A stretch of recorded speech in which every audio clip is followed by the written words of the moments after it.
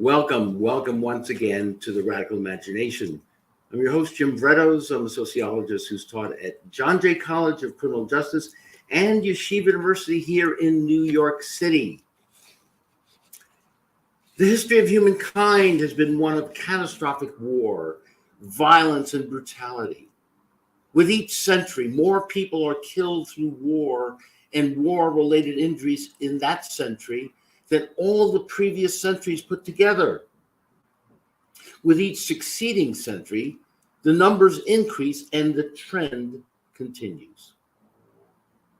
The Bureau of Atomic Sciences has pushed the doomsday clock, an indicator of their research measuring the likelihood of a nuclear holocaust event occurring, to 100 seconds before midnight, the closest to midnight since its inception in 1947. The data is irrefutable, yet the historical narrative created has largely been one-sided. The very solutions to the problem have been met with more of the same, which only perpetuates the problem. We need a revolutionary narrative that would combine and link a radical restructuring of the political, economic, spiritual, and intellectual systems of the country. We need a life-affirming radical love that is transpersonal and universal. A concern with care and respect for all humans that in reality is the only alternative to the destructive cycle of a fear-based worldview of violence that threatens all of us with extinction. Our guests today on the Radical Imagination have been in the forefront of radical peace activism for decades. Medea Benjamin is a co-founder of the feminist anti-war group Code Pink, Women for Peace. She's been active in the anti-sweatshop movement and co-founded the free trade advocacy group Global Exchange, which advocates for fair trade alternatives to corporate globalization. She has engaged in numerous protests here and around the world, including an arrest and deportation from Egypt for her lead organizing in the Gaza Freedom March, where she was detained and beaten. Medea has been the recipient of numerous Peace Prize awards, including the 2004 Gandhi Peace Award, the 2000 Martin Luther King Peace Award as well. Nicholas Davies is an independent journalist and is the author of Blood on Our Hands, The American Invasion and Destruction of Iraq. He's a researcher with Code Pink, has co-authored numerous articles with Medea, and writes extensively for the Huffington Post, Alternate, Consortium News, Common Dreams, Salon, The Progressive, and Foreign Policy in Focus. Nicholas and Medea have recently co-authored the groundbreaking and invaluable primer and guide, War in Ukraine, Making Sense of a Senseless Conflict, which hopefully will become a catalyst to a new and powerful anti-war movement in this country and around the world. So thank you so very, very much, both of you, for being here today and to discuss this incredible book that you've just finished, right? Just fresh off the press here. Wrote it in a couple of months, breakneck speed. It's an incredibly detailed and nuanced work that, again, as I say, will hopefully be the catalyst for a powerful new anti-war movement and so on. But let's talk, first of all, about Ukraine, and which we've been led to believe is a conflict between an evil empire and an innocent victim. So could you explain a little more for our audience some of the nuances, some of the background, some of the history and important events leading up to the conflict?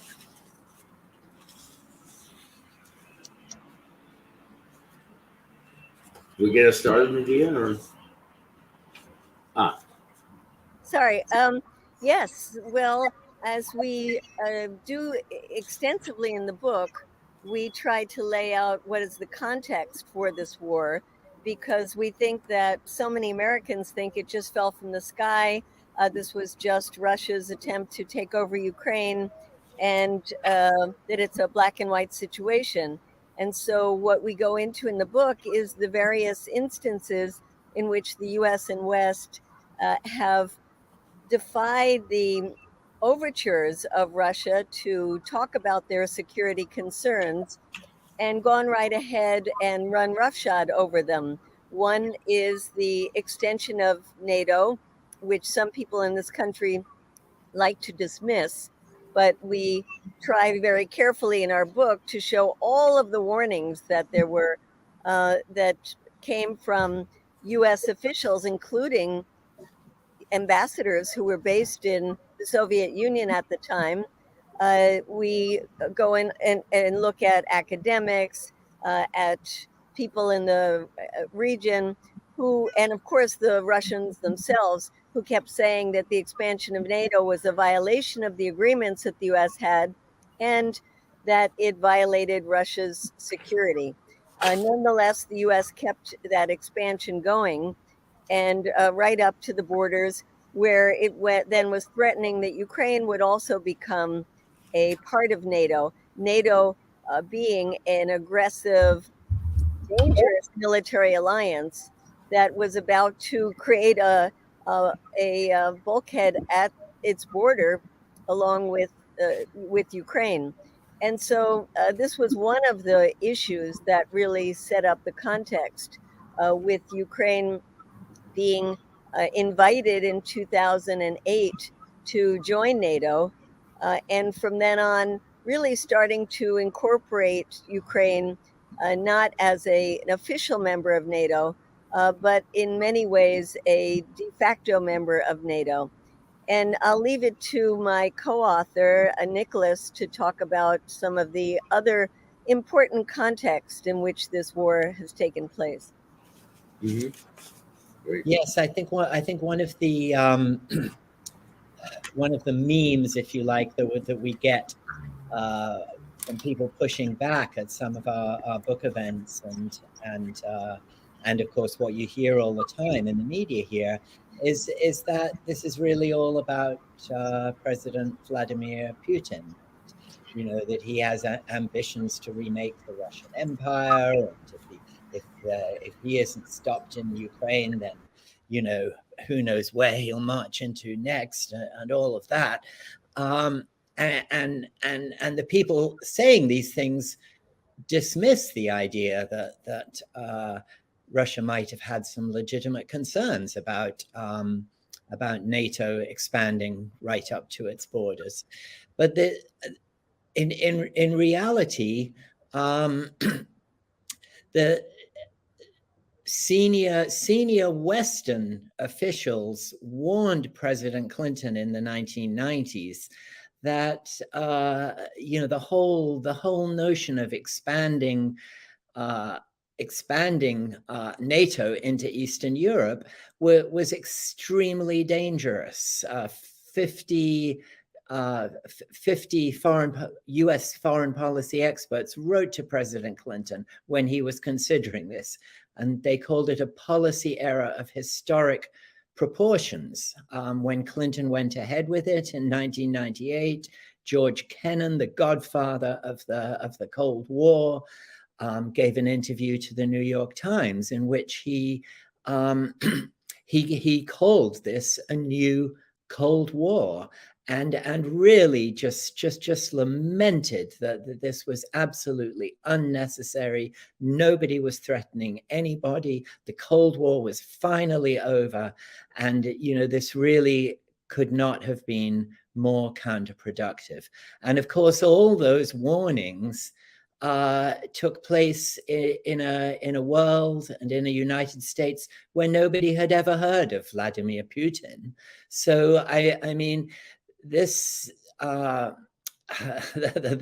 notion that this is all about Putin is really just a complete misreading of the situation. And then, of course, and we also quote in the book William Burns, who is now the director of the CIA, when he was the US ambassador to Moscow in 2008, when George Bush insisted over the objections of the Germans and the French and other NATO members that Ukraine should be invited to join NATO. This is what Burns wrote to Secretary of State Condoleezza Rice. He said, Ukrainian entry into NATO is the brightest of all red lines for the Russian elite, not just Putin. In more than 2.5 years of conversations with key Russian players, from knuckle draggers in the dark recesses of the Kremlin to Putin's sharpest liberal critics, I have yet to find anyone who views Ukraine and NATO as anything other than a direct challenge to Russian interests. Right. We just wrote a new article, which was published yesterday by a number of outlets, including Counterpunch, for instance, and the title is "The Ukraine Crisis is a Classic Security Dilemma." And so we use the concept of a security dilemma to try and back off from these one-sided points of view that we hear both from our own government and the Ukrainians on one side and from Russia on the other, to just see how each side here had legitimate security interests. The countries that were joining NATO certainly believed that they were doing so for defensive purposes and to somehow try to ensure their own security. But on the other hand, Russia saw its own security threatened and diminished by these Western actions. And so here this is a classic situation in which countries on both sides are acting as they believe it for their own security. But the net result is an arms race and increasing tensions, and ultimately a path to war. And this is what we have seen. I think it's profoundly important that you've created this book, seeing the perspective from both sides, from a number of sides, and using language that would not inflame more. But you're not shying away from statements, for example, that the conflict might be an example of a catalyst for a new political and military world order. And to quote Biden on this is about the future of the liberal world order, and we have to stand firm. So, I mean, there's a history of these peoples, obviously. I mean, do you want to fill us in a little bit historically about the relationship between the various peoples involved here in this struggle, and then take us to America's influence and penetration into this conflict? You want to start? Okay, I'll go first. Yeah, well, I mean, what we saw at the end of the Cold War, as we were all hoping for a peace dividend, the West behaved very opportunistically. It sent a lot of economic advisors into Eastern Europe, including into Russia and Ukraine, and rammed through what is referred to as an economic shock therapy, which was this sort of almost, in historical terms, almost overnight privatization of those and corporatization of those economies, throwing them open to foreign investors, allowing Russian managers to become, as we now call them, oligarchs, and simply scarf up, all the industrial and agricultural and mining and oil assets of those countries. What happened in Russia was perhaps more extreme than in Ukraine, but it was a very similar pattern, which saw both of the people, millions of people in both those countries reduced to poverty, and such economic contraction that in both countries their actual life expectancy of people in those countries shrank by several years. So focusing on Ukraine in particular, gradually, as we went into the 21st century, their government was rife with corruption.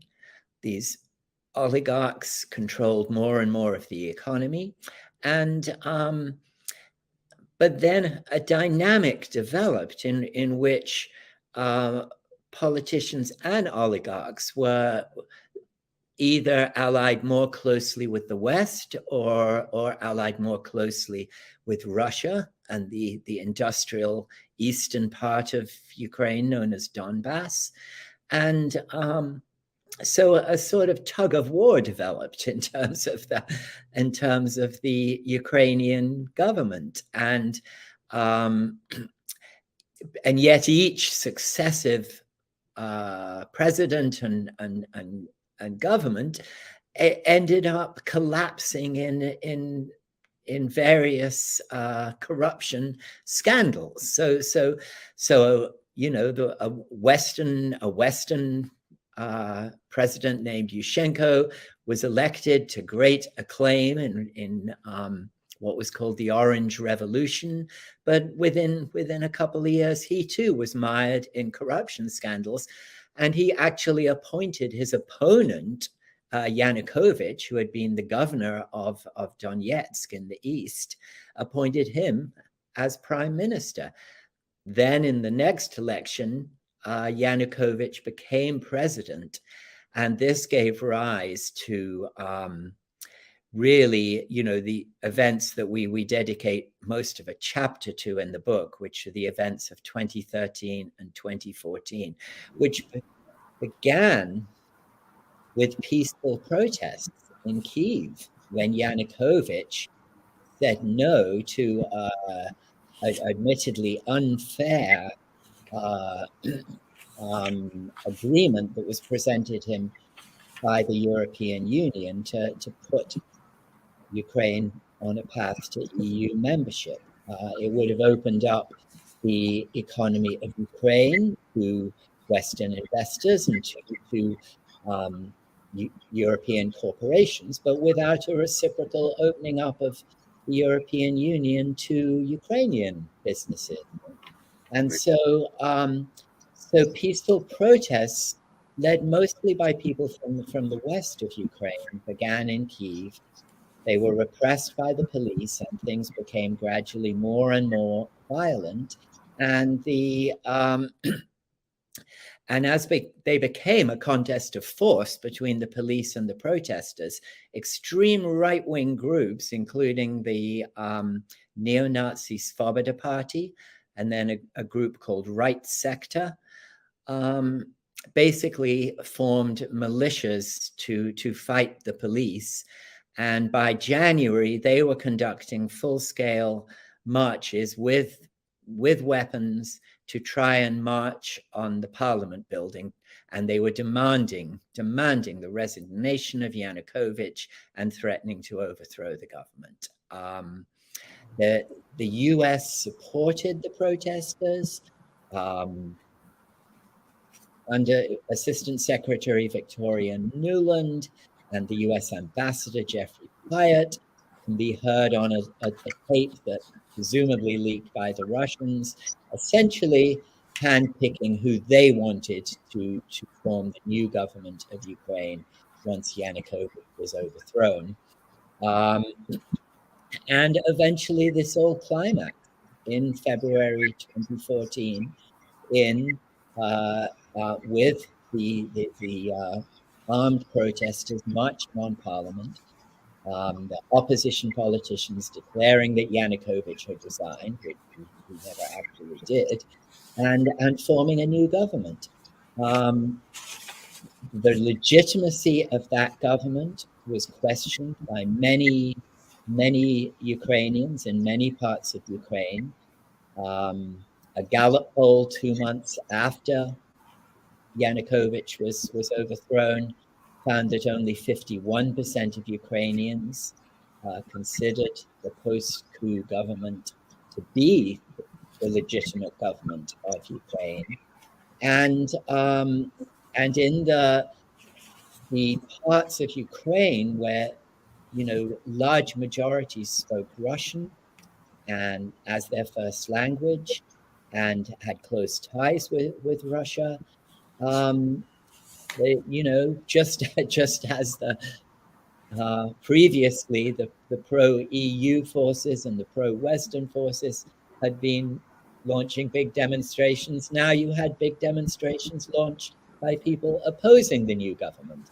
And in fact, Crimea, which had an autonomous status and its own parliament, they basically decided that they would like to leave Ukraine. They held a referendum, which passed overwhelmingly, and Russia accepted Crimea's return to Russia, which it had been part of for a couple of hundred years, but had actually,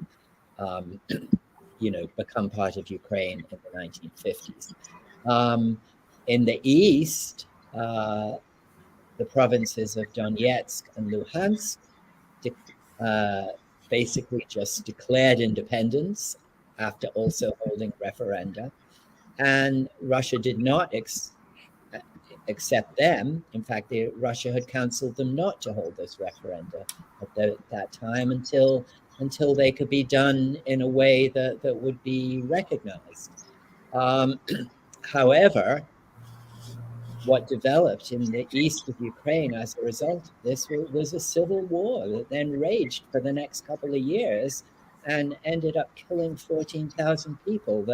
The post-coup Ukrainian government formed new National Guard units, which it sent to fight in eastern Ukraine against the breakaway republics.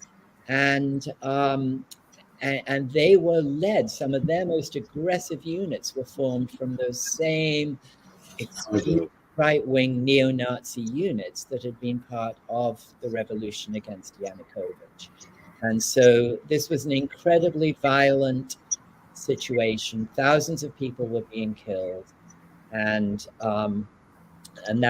But that was to some extent brought to an end by an agreement in February 2015 called the Minsk II Agreement. And, we go into that more in the book and how that succeeded in ending the worst of the fighting, but failed politically through really the lack of support of the Ukrainian government, but also the lack of support from the United States and the West. And lack of creating the political structures that could continue what had been started, correct? Yes, I mean, what the Minsk II agreement called for was, in fact,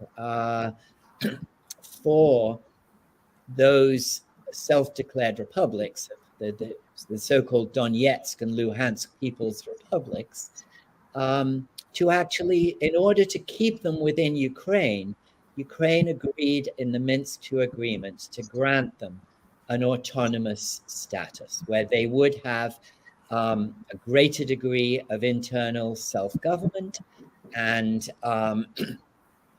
in exchange and be able to maintain some of the ties that they wanted to maintain with Russia, and that was basically the agreement for them to give up their claims of independence and remain within Ukraine.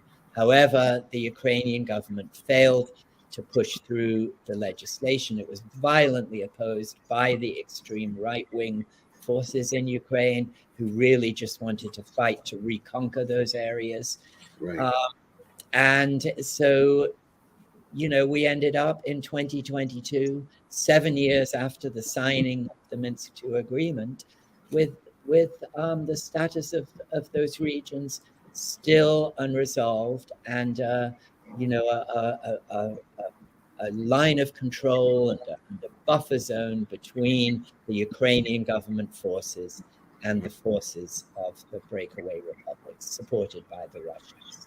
So Medea, so what was the event that really took us over the edge here to as Russia invades? What take us up to that moment, perhaps? Well, after the Minsk agreement was signed, one would have expected that this would be a calming of the situation and a signal not to go forward with some kind of prospect of a military conflict. But on the contrary, after the signing of the agreement, the Western countries started arming Ukraine and training Ukrainian soldiers. When it was under Obama, there was this prohibition on sending lethal weapons to Ukraine. But after Obama, with Trump coming in, that was lifted. And we saw recently in an interview that Angela Merkel from Germany, the former head of Germany, said that the Minsk agreement was used as a time to buy time for Ukraine, meaning that it was used to build up the Ukrainian military and arsenal. And so you saw year after year the Western countries, and particularly the United States, because let's face it, when you talk about NATO, you're really talking about control by the United States, taking advantage of that situation and the lack of implementation of the Minsk Accords to build up Ukraine. And the fighting was not as severe as it was in 2014, but it did continue. And just weeks before the Russian invasion in February, there was an increase in the number of incidents along the border, mostly coming from the Ukrainian side into those breakaway republics. And Russia was amassing its troops along the border, insisting that it wasn't going to invade, while President Biden kept saying they're about to invade, they're about to invade. The Russians actually decided to go ahead and invade. And that was, of course, February 24th. In the book, we are very clear to condemn the Russian invasion because we don't believe it is justifiable on any grounds. It violates the UN Charter. It violates the Kellogg-Briand Act. It has created such a horrific humanitarian crisis. But we do try to let the American people understand, just as Nicholas was laying the story out. This is a story that the American people haven't heard. And so while they think the war started on February 24th, the war started back in 2014.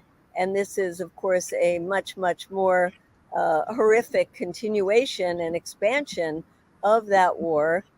And we are seeing how the preparation by the US and NATO countries has really uh, been another provocation for Russia to think that perhaps Ukraine was about to launch a very intense invasion of that Donbas region, or even try to retake Crimea. So some say that Russia did this preemptively. We say no matter what Russia was thinking, this was not the way to resolve the problem. Right, right.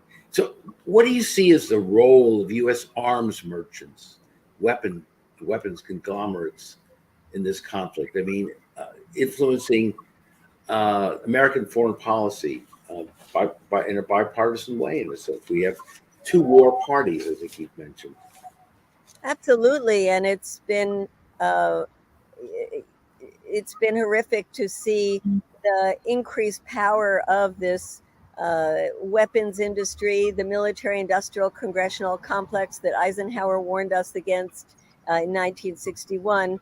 Now we see it in full force, where these companies are so embedded in our government that they really do have a very important role in determining policy. You have to just think about the now Secretary of Defense, Lloyd Austin, who came to us directly from the board of Raytheon. So many people in government, including our Secretary of State, who's supposed to be the number one diplomat, is someone who came from a lobbying firm that helped get defense contracts, or military contracts, we call them, for a variety of corporations. And he, instead of playing the role of diplomat, has been going around the world trying to get more contracts for sending weapons to Ukraine, most of those contracts going to US companies. So not only do we see their stock soaring, but we also see a loosening in the way that those contracts are made by the government. In this recent National Defense Authorization Act, there was a little known amendment that was put in there that allows these weapons contracts to be multi-year contracts, meaning they don't have to be approved every year by Congress, and also no bid contracts, of course, guaranteeing profits for these weapons industries. So they play a tremendous role in this. And we saw when there was a CBS News report that came out that said perhaps as many as 70% of the weapons we were sending there were not going to their intended front lines, that this created such a scandal that CBS was forced to take that documentary off the air because there's not criticism allowed of these weapon companies. They're now portraying themselves as heroes that are defending our brothers and sisters in Ukraine, where they are war profiteers that have profited off of the wars, whether it's in Iraq, Afghanistan, Libya, and so on, and are certainly profiting tremendously today. So that even if there were a sitting down at the peace table, we see that these weapons companies will want to keep the level of production going that they have managed to get with these $40 billion tranches, or the most recent $45 billion tranche. And let's also say that whether it's NATO or the Biden administration, or before them, the Republican administrations, and these weapon companies, they all have their sights set on China. And so while they are now working to weaken Russia, they have already been trying to embed in the minds of the American public and the European public that the Chinese are our real enemies. And so no matter what happens with Russia, we must be preparing ourselves for a war with China. Yep. Well, we're far from going to the peace table there, Medea. That was a very hopeful thing. But again, what can we do in the face of these enormous distortions? And what your account throws me back to memories of Vietnam, and how for so long the American public was really hoodwinked and not given really much of the true narrative behind that. But again, that peace movement started very slowly with a very tiny fraction of people supporting it, and then grew to be the majority of the population. Is that what you're hoping for at this point? And also, please mention the in addition to the armaments you're talking about, what about the dangers of some sort of nuclear confrontation? Please address that too. You want to start, Nicholas? Yes, absolutely. I mean,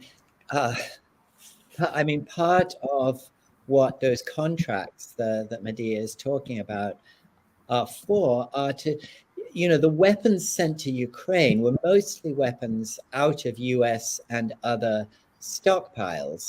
And some of those have actually, in fact, already been replaced. But on the pretext of replenishing those stockpiles, what the latest military spending bill did was to lock in these contracts for huge quantities of these weapons. whereas the US has committed to sending, I think, 38 of these HIMARS rocket systems to Ukraine. I don't think they have even all been delivered yet. These multi-year contracts would, quote unquote, replenish those 38 HIMARS rocket systems with 700 HIMARS rocket systems. And Mark Kansian, who we quoted in our article about this, he's former senior official at the Office of Management and Budget, retired Marine officer, and who now works at the Center for Strategic and International Studies. He for an article in Defense News, he actually said explicitly, these weapons are not for Ukraine. This is a stockpile of weapons for a major US ground war in Europe against Russia, obviously.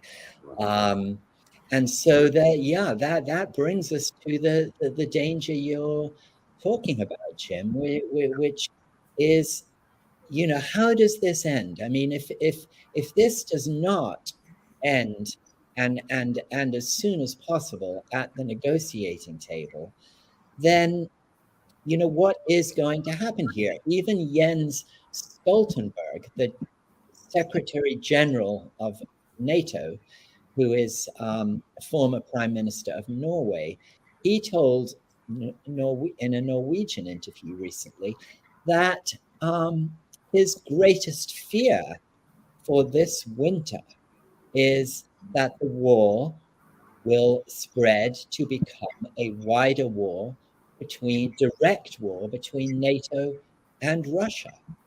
I mean, he's not talking about if this goes on for another 10 years, this may happen. He's talking about this winter that may happen. Yeah. And as he said, if this goes wrong, it can go horribly wrong. That's what he said. I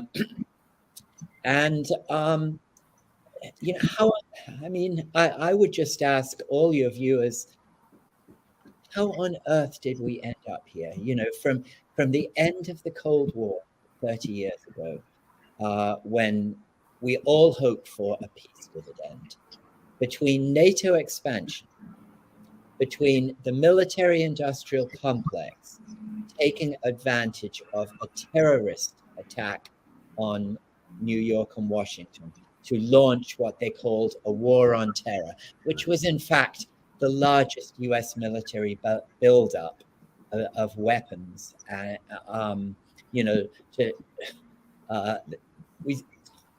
They increased the in the name of fighting terrorism, they increased the military budget to higher than it had ever been during the actual Cold War, when the United States faced a genuine peer competitor in the Soviet Union. And all this money paid for, more aircraft carriers, more nuclear submarines, more B-2 bombers, nuclear capable strategic bombers, which Congress had actually planned to scrap before 1991. But as a result of the first Gulf War, Congress put those back in the budget at an extraordinary price of about $2 billion for each bomber. And so gradually, the US, instead of the post-Cold War era becoming an era of peace that we all hoped for, it became an era of expanding American power, America's unipolar moment that, think tank creatures in Washington who called themselves neoconservatives, neocons, basically re-envisioned American military power, the use of military power in flagrant violation of the United Nations Charter, and just massively expanding weapons technology, and little by little, of course, of course, that became redirected from fighting Osama bin Laden to once again reviving the Cold War that all of us, all Americans, believed, that we had won, or that we had triumphed over the evil Soviet Empire, and now we had peace. And here we were, no more communists, or very few, in Eastern Europe or Russia. But here we are. We're back, as George Kennan predicted in 1998, if NATO expanded. We are back in what they like to call a new Cold War with Russia and China. And once again, we need a strong, powerful anti-war movement. This time around, I'm not trying to be flippant, we do have Henry Kissinger on our side on this one, right? I mean, well, yeah. So he's made statements where Chomsky and Kissinger agree on this one aspect, that we need to get people to the negotiating table. But as you've pointed out too, Medea, we have very little control, American people, on what goes on in Russia, but we certainly have control here in our country through a mass movement. And that's what I know you are trying to mobilize and organize. I know there's something, you're going to have a mass protest in Times Square. I plan to be there on January 14th. You want to tell us a little about those plans and how you're trying to get so many of the young people involved in this, and how you're trying to build this movement? Well, first, let's say some of the obstacles, which is that there is a mass media narrative, whether it's on the stations that consider themselves progressive or conservative, other than some exceptions like Tucker Carlson, you're hearing a very stilted view of what is happening. The other is that you have a Democrat in the White House. And so when there are Democrats, like the 30 progressive Democrats that signed a letter calling for negotiations and were slapped down so quickly they had to withdraw that letter.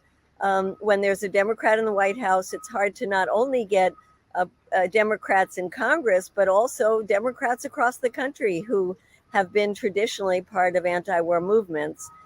Then let's face it, the U.S. was not the immediate aggressor, it was Russia. And so that makes people think that we should not be fighting U.S. policy, but we should be fighting Russia's, despite the fact, as you say, that we don't have any way of influencing Putin.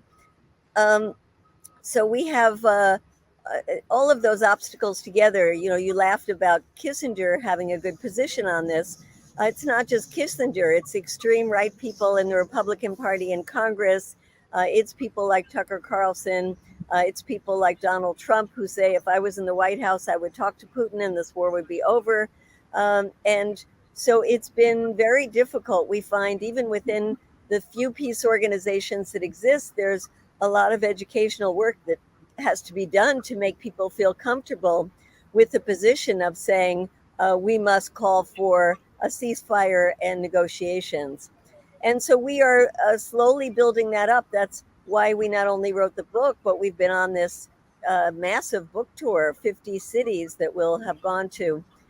And we are part of a group called Peace in Ukraine that is actually an alliance of both individuals and organizations.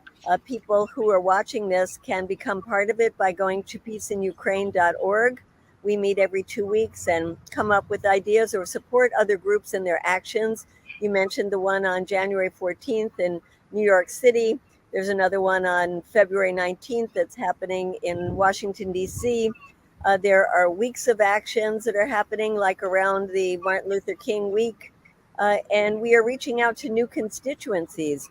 We just had a very successful effort to bring in the faith-based community into a call for a Christmas truce. While we weren't successful in the Christmas truce, we were successful in getting, now I think it's over 1,200 leaders of all faiths to sign on to this call.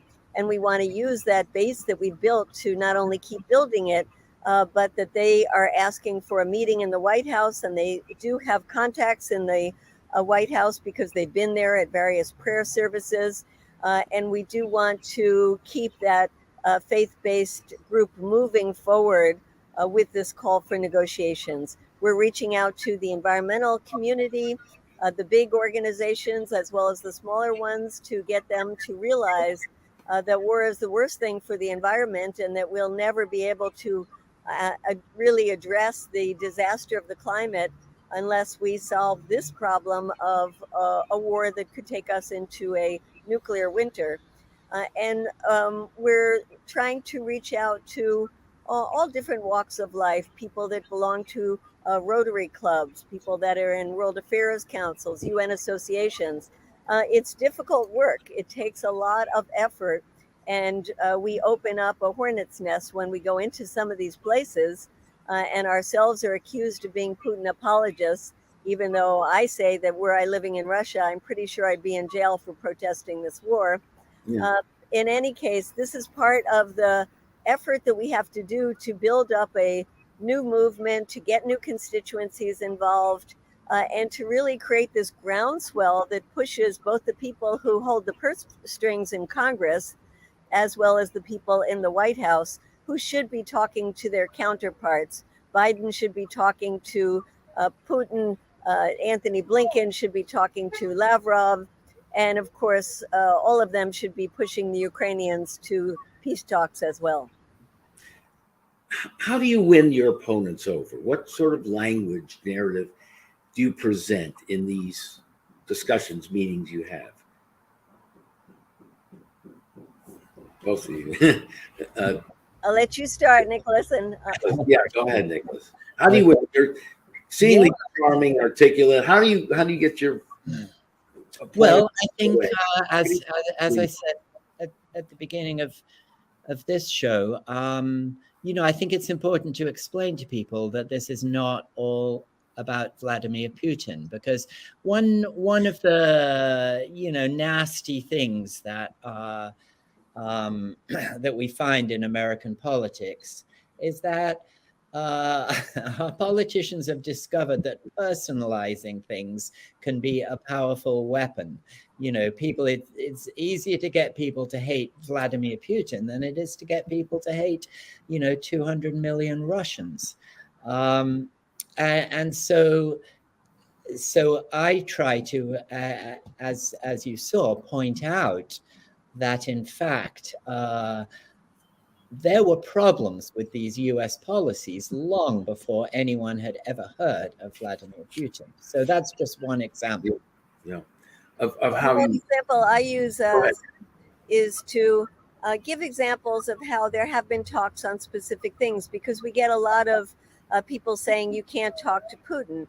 And we say, well, there were talks early on in late March and early April when the war had first started. And those talks were actually going along well until the UK and the US came in and sabotaged the talks. We give also examples of talks that Ukraine and Russia have had in both getting the grain out of the country so that it could get into the hands of countries that have relied on that grain to feed their people. We've talked about the agreements that have been brokered to get the International Atomic Energy Association representatives into the Zaporizhia nuclear plant to stop that from blowing up. And we talk about all the prisoner swaps that have been happening that take a lot of negotiating and trust. And then we talk about the fact that the US, while it hasn't been negotiating with Russia on these big issues, they have been talking about how to stop the war from expanding into a third world war or a nuclear war by having our Secretary of Defense talking to his Russian counterpart, having William Burns from the CIA talking to his counterpart. And so there are talks. Talks are possible, talks are necessary. And we also say to people, if you really care about the Ukrainian people, you don't want them going through this winter freezing. You don't want them continuing to suffer. You want them to be able to live in peace, and the millions of refugees to be able to go back home.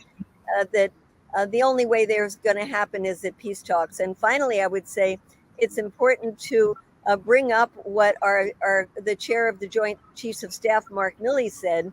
given his important place in the power structure of this country, when he said that the Ukrainians have done a great job resisting the Russians, but that basically now they're at a stalemate and that there is not a military victory, that with the winter coming on, this is a good time to seize the moment when Ukraine is in a relative position of strength and go to the peace table. If he is saying that, certainly we can say that, and certainly the people that we talk to should be able to contemplate that as a necessary way to move forward. We will contemplate that, and we will be out there with you protesting. We're going to please read this book. Get it, War in Ukraine: Making Sense Out of a Senseless War. Thank you so very, very much for being here, both of you. It's been an honor, and it's just been a wonderful joy to hear this narrative, and we need to spread it all around so we can begin to stop this. Okay? Thank you. Thank you for having us. All the best. Thank you. And thank you so very, very much for listening to us today on The Radical Imagination. This is Jim Vrettos. We'll see you again next week on The Radical Imagination.